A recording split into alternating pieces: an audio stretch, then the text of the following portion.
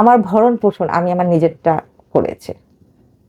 Even কি আমার 2টা বাচ্চা হয়েছে, তাদের ভরণ পোষণ জন্ম থেকে শুরু করে নিয়ে এই পর্যন্ত আমি করতেছি।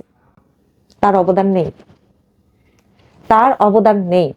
এর মানে আপনি বুঝতে পারেন আমি প্রথম থেকেই কত ভুক্তভোগী ছিলাম, কত কষ্টের জীবনটা গেছে।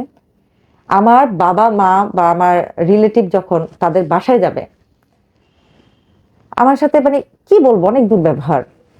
মানে মুরগি খাওয়াবে না, তারা একটা মুরগি দিয়ে 10 জন মানুষকে খাওয়াবে, এটা পসিবল না। হ্যাঁ, 1 কেজি মাংস দিয়ে সবার হয়ে যাবে গরুর মাংস। এগুলো করে প্রথমবার আমার খুব কষ্ট হয়।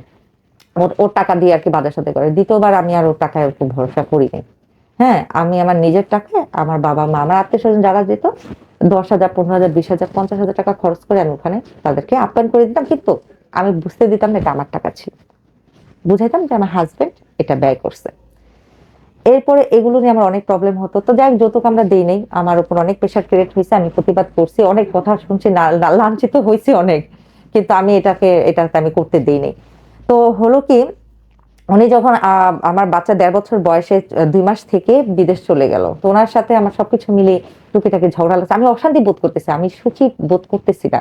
সবচেয়ে বড় বিষয় হচ্ছে ভরণ পোষণ, ওইটা আমি পাচ্ছি না। স্বামীর আদর ভালোবাসা